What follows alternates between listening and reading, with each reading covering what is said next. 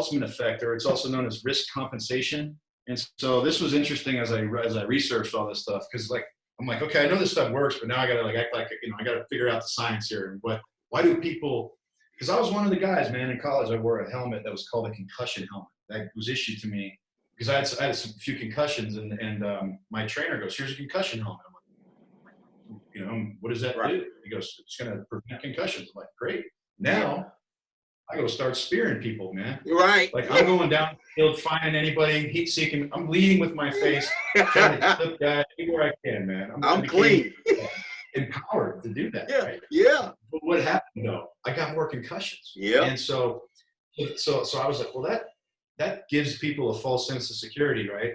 And I looked into this whole thing later, years later, when I got into say football, and I started to question like, well, why is that? Well, it's called risk compensation. So back when the bike helmet was created, when someone came out with the bike helmet, actually the seatbelt and the bike helmet, both of these studies showed up where, hey, when you're driving a car with no seatbelt, yes, people did die, you know, as a result of not having, they get ejected out of their car. But now the seatbelt belt is introduced.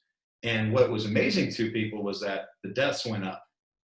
And the reason, and same with the bike helmet was introduced. Well, it's called risk compensation, or the Peltzman effect. It's Correct. same thing. Basically, then when you feel like you're protected, your behavior changes.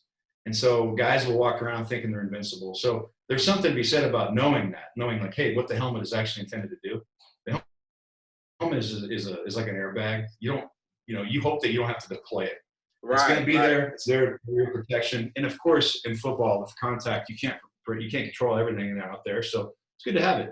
But I think that the attacks need to be the hands and the shoulders, and that's what's going to make our guys better, and it's going to keep the game going and keep